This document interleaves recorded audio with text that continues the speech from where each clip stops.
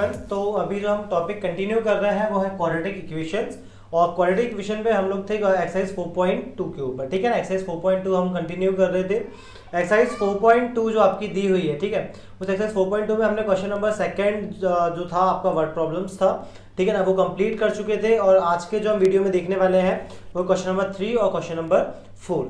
चलिए तो स्टार्ट करते हैं। तो find two numbers whose sum is 27 and the product is 182। देखिए आपको क्वेश्चन दिया हुआ है, question number 3 that find the two numbers whose sum is 27 and the product is 182।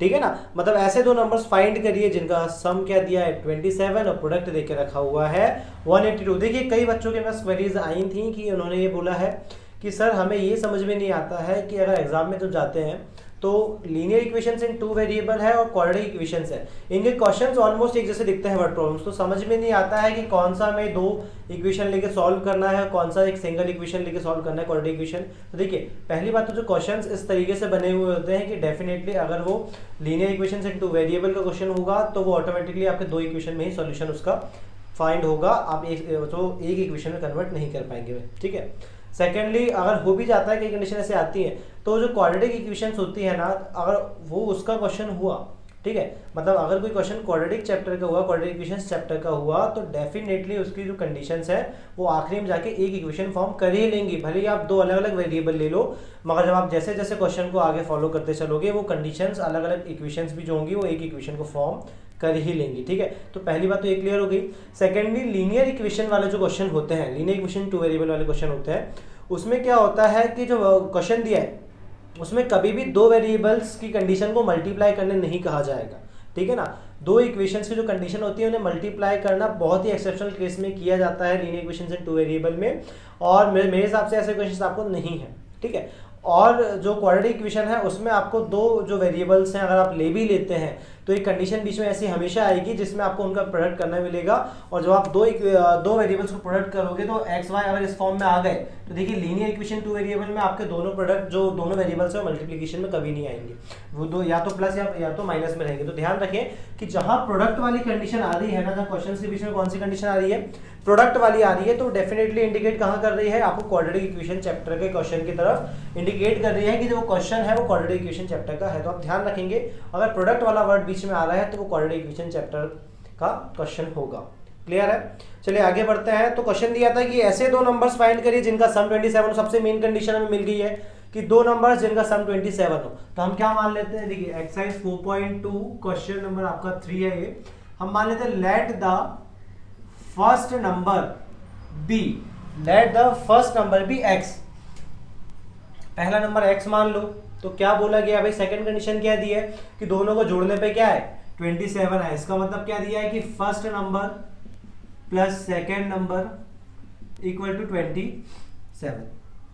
Clear है, तो चलिए फर्स्ट नंबर आपका x है प्लस सेकंड नंबर आपको मालूम नहीं है, तो सेकंड नंबर क्या हो जाएगा भाई, यहाँ पे 27 दिया तो सेकंड नंबर की वैल्यू निकालना चाहो तो x को उठा के वहां भेज दो, तो 27 माइनस x मिल गए दोनों नंबर, बस खत्म। देखिए जो सम वाली कंडीशन होती है ना वो हमें क्या करती है, दोनों इक्वेशन फाइंड करवा देती है। तो पहला नंबर देखिए आपका होगा x, दूसरा नंबर होगा 27 माइनस एक्स, दोनों को जोड़ोगे तो 27 माइनस एक्स प्लस एक्स, तो माइनस एक्स से प्लस एक्स कैंसिल, दोनों का सम कितना मिल जाएगा 27। नेक्स्ट क्वेश्चन में क्या बोला गया है, अब जो मेन कंडीशन आई है अकॉर्डिंग टू कंडीशन उन्होंने ये बोला है कि इनका प्रोडक्ट है 182, मतलब आप इन दोनों नंबर्स को अगर मल्टीप्लाई करो, पहला नंबर x दूसरा 27 माइनस एक्स, तो जो इनका प्रोडक्ट आने वाला है वो कितना हो जाएगा आपका 182। चलिए सॉल्व करते हैं आगे।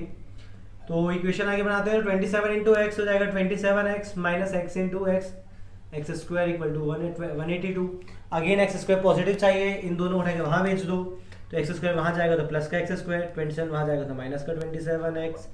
ठीक है, और इसके बाद वहां पे ऑलरेडी प्लस का 182 है, मल्टीप्लाई करने पर 182 माइनस कर प्लस करने पर 27, आप लोग फैक्टराइजेशन करके सॉल्व कर लेंगे। मेरी इस प्लेलिस्ट का जो आपकी प्लेलिस्ट है क्वाड्रेटिक इक्वेशंस, इसका थर्ड या सेकंड नंबर के आपको वीडियो में मैंने वो सिखाया हुआ है कैसे फैक्टराइजेशन करना है और कैसे दो नंबर्स को हम फाइंड आउट करें। ठीक है, चलिए कंटिन्यू करते हैं। वैसे ऐसे दो नंबर जिनको मल्टीप्लाई करने पर 182 आए और प्लस करने पर 27 आए, ठीक है, ये होते हैं 14 और 13, ठीक है। तो एक्स स्क्वायर माइनस प्लस करने पर 27 आए, तो देखिए अगर मैं 27 को क्या लिखूं, 14 प्लस 13 तो करेक्ट होगा, क्योंकि 14 प्लस 13 27 होगा, और 14 इंटू 13 आपका 182 होगा। कैसे भाई, 14 का 13 से मल्टीप्लाई करो, ठीक है ना। तो मैं क्या कर रहा हूँ भाई, 14 इंटू 13 है ना, तो मैं 13 इंटू 13 कर रहा हूँ भाई। 13 का 14 में मल्टीप्लाई करना मतलब 13 को 14 टाइम प्लस करना, तो मैं 13 को 13 टाइम मल्टीप्लाई करता हूँ तो मुझे 169 मिलता है, और एक बार और प्लस कर दूंगा तो आंसर मुझे कितना मिल जाएगा, 182 मिल जाएगा। समझ में आया, ये हो गया डायरेक्ट मल्टीप्लिकेशन। ये मल्टीप्लिकेशन की ट्रिक होती है भाई। 13 को 14 टाइम्स मल्टीप्लाई करने का मतलब क्या होगा कि 13 को 14 बाय जोड़ना, तो उसको 13 टाइम मल्टीप्लाई करके एक बार जोड़ देते हैं, सीधा आंसर आ जाएगा। स्क्वायर आपको याद होंगे, प्लस 182 इक्वल टू 0। देखिए ब्रैकेट ओपन करिए तो जाएगा माइनस का 14x माइनस का 13x प्लस 182 इक्वल टू 0। ठीक, यहाँ से x कॉमन लिया तो बचेगा x माइनस 14, यहाँ से माइनस का 13 कॉमन लीजिए तो यहाँ बचेगा x, ये माइनस का नहीं प्लस माइनस, और यहाँ बचेगा 14 इक्वल टू 0। और इसके आगे अगर हम सॉल्व करें तो देखिए x माइनस 14 दोनों में से आपका क्या निकल जाएगा, कॉमन। x माइनस 14 हो गया दोनों का कॉमन। नेक्स्ट आपका यहाँ पे दिया है x और यहाँ दिया माइनस का 13, तो ये हो गया x माइनस 13 इक्वल टू 0, और x माइनस 14 इक्वल टू 0, तो x की वैल्यू होगी 14, x माइनस 13 इक्वल टू 0, तो x की वैल्यू क्या होगी 13 हो गई है, ठीक है ना। तो अब उन्होंने बोला ऐसे दो नंबर्स, तो अगर आपका if first number is 13 then second number automatically क्या हो जाएगा, विल बी 27 में 13 माइनस कर दो, डेट इज 14। अगर पहला नंबर 13 मानो तो दूसरा 14 होगा, और इफ फर्स्ट नंबर, और आप नहीं मानना है 13, आप मान ले रहे हो कि पहला नंबर क्या है 14, क्योंकि दोनों ही x की वैल्यूज हैं, दोनों ही आपके आंसर है। तो फर्स्ट नंबर इज 14, देन जो आपका सेकेंड नंबर होने वाला है will be 27 minus 14, that is 13। Clear, दोनों ही कंडीशन में दो नंबर्स कौन से होंगे, 13 और 14। आया समझ में, बहुत सिंपल क्वेश्चन था, आप लोग पॉज करके इसे नोट कर सकते हैं चाहे तो। तो नेक्स्ट क्वेश्चन पे आते हैं। क्वेश्चन नंबर आपका दिया है 4। चलिए क्वेश्चन नंबर 4 पे आते हैं। क्वेश्चन 4 में क्या कहा गया है, देखिए क्वेश्चन 4 भी लगभग ऐसे ही क्वेश्चन है। Find two consecutive positive integers sum of whose squares is 365। भाई दो कंसेक्यूटिव पॉजिटिव इंटीजर्स जो प्लस के साइन के हो, वो कंसेक्यूटिव जो एक के बाद एक है। भाई हर नंबर एक के बाद एक कैसे आता है, कोई भी नंबर 1 जोड़ दो अगला नंबर मिल जाएगा, उसमें 1 जोड़ दो उसका अगला नंबर मिल जाएगा। तो कंसेक्यूटिव मतलब एक के बाद एक आने वाले नंबर्स। तो आपका अगर पहला नंबर x है तो दूसरा क्या हो जाएगा x प्लस 1, ठीक है। उन दोनों को मल्टीप्लाई, उन दोनों का स्क्वायर करो, और स्क्वायर करने के बाद मल्टीप्लाई करो। क्वेश्चन में क्या दिया हुआ है कि सम ऑफ हुज स्क्वायर्स इज 365, मतलब जिनके स्क्वायर्स का सम 365 है। चलिए सॉल्व करते हैं। तो लेट द फर्स्ट नंबर, या पॉजिटिव नंबर भी लिख सकते हो चाहो, ठीक है ना, first number be x and, ठीक है, एंड की तो जरूरत नहीं पड़ने वाली क्योंकि भाई कंसेक्यूटिव है, तो अगर पहला x होगा तो ऑटोमेटिकली दूसरा x प्लस 1 ही होगा। तो and second consecutive number will be, पहला अगर x है तो दूसरा क्या होगा, कंसेक्यूटिव इसके जस्ट बाद आएगा x plus 1। According to condition, दाहिने कंडीशन देके रखिए कि दोनों का स्क्वायर कर लो, भाई पहले नंबर का स्क्वायर और दूसरे नंबर का स्क्वायर कर लो, है ना, सम ऑफ हुज स्क्वायर्स, इनके स्क्वायर्स का सम, मतलब प्लस आपको क्या देके रखा है 365, कि दोनों का स्क्वायर करो सम करो, आंसर कितना आने वाला है 365, यही आपकी कंडीशन देख के रखी है। चलिए इक्वेशन बनाते हैं। x का स्क्वायर तो डायरेक्टली x स्क्वायर हो जाएगा, प्लस यहाँ पे आप ऐसा नहीं लिखेंगे x का स्क्वायर प्लस 1 का स्क्वायर, ये प्रॉपर a प्लस बी का होल स्क्वायर का क्या है फॉर्मूला है, जो होता है a स्क्वायर प्लस, है ना, तो plus 2ab plus b square, that is the formula. चलिए तो a स्क्वायर a की जगह पे x है तो x का स्क्वायर प्लस 2 इंटू a की वैल्यू x इंटू b की वैल्यू 1 प्लस b स्क्वायर मतलब 1 का स्क्वायर बराबर 365।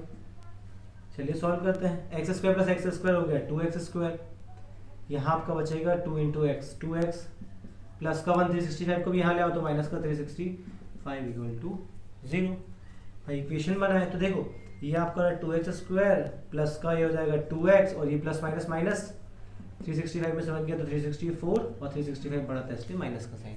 देखिए ये सभी 2 के मल्टीपल से सब 2 के टेबल में आ रहे हैं, तो 2 कॉमन निकाल लो। अगर सब एक ही नंबर के मल्टीपल है तो नंबर कॉमन निकालो तो इक्वेशन छोटी हो जाती है। तो यहाँ से 2 कॉमन के एक्स स्क्वायर बचा है, यहाँ पे बचेगा x, यहाँ बचेगा माइनस। इसमें से 2 कॉमन निकालो, 2 1 2, 1 रिमाइंडर, 8 16 और 2 2 4 इक्वल टू 0। ये 2 सबके मल्टीप्लाई में उठा के डिवाइड भेज दो वहाँ पे x, तो ये जाएगा x square plus x minus 182 equal to 0 के अपॉन में 2 जाएगा तब भी 0 ही होगा। देखिए अब इक्वेशन आ गई, अगेन 182 वाला नंबर आ गया है। मल्टीप्लाई करने में 182, मतलब पिछले क्वेश्चन में क्या था कि प्लस करने पे 27 आए, मल्टीप्लाई करने पे तो 182 आए और प्लस करने पे क्या है 27।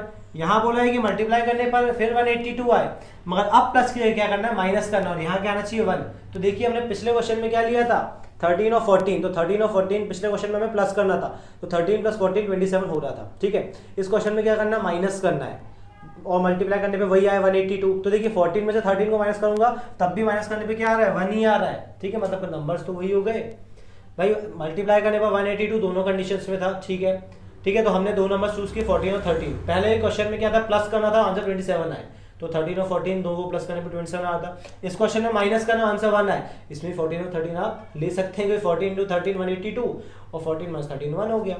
चलिए जमा दीजिए इसको, तो ये एक्स स्क्वायर प्लस क्या हो जाएगा ये माइनस करना, तो 14 minus 13 x minus 182 equal to 0 और एक्स स्क्वायर ब्रैकेट ओपन करिए 14x माइनस का 13x माइनस का 182 equal to 0।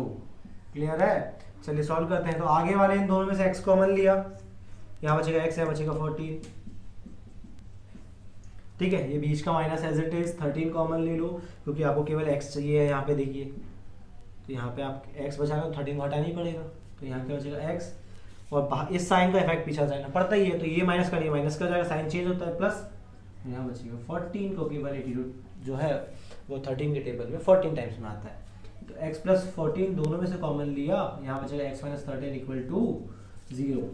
x plus 14 equal to 0, 14 वहाँ जाएगा तो माइनस 14 हो जाएगा, x minus 13 equal to 0, x equals to plus का 13 हो जाएगा। ठीक है, अब यहाँ पे दोनों आंसर आपके नहीं हो सकते, क्यों? क्वेश्चन में क्लियरली कंडीशन बोली गई थी क्या कि पॉजिटिव इंटीजर्स, क्या बोला गया था कि पॉजिटिव इंटीजर हो, तो भाई जो 14 है वो तो नेगेटिव है, तो ये तो आपका आंसर होगा ही नहीं। तो इसके अकॉर्डिंग आपका क्या हो जाएगा कि भाई जो पहला नंबर है कि फर्स्ट नंबर इज 13 और सेकंड नंबर जो आपका हो जाएगा, क्या हो जाएगा सेकंड नंबर, इसका अगला नंबर 14। बहुत सिंपल क्वेश्चन था, जल्दी सॉल्व हो गया है। आई होप सभी को समझ में भी आया होगा। क्लियर है? आप लोग पॉज करके इसको क्या कर सकते हैं, नोट कर सकते हैं। क्लियर है? तो ये बहुत सिंपल मेथड है, केवल थोड़ा सा दिमाग लगाना पड़ता है और जो वर्ड प्रॉब्लम्स है बहुत जल्दी समझ में आ जाती है। ठीक है, अगर वीडियो पसंद आए तो आप लोग लाइक और शेयर ज़रूर करें। आप क्वेश्चंस को अगर कुछ प्रॉब्लम हो तो रिवाइंड करके भी देख सकते हैं। ठीक है, और चैनल को सब्सक्राइब ज़रूर करें ताकि आपको और ऐसे इंटरेस्टिंग वीडियोज़ जो हैं वो क्या हो, मिलना स्टार्ट हो जाए। क्लियर है? चलिए अब नेक्स्ट वीडियो में मिलते हैं आगे क्वेश्चंस के साथ। Thank you.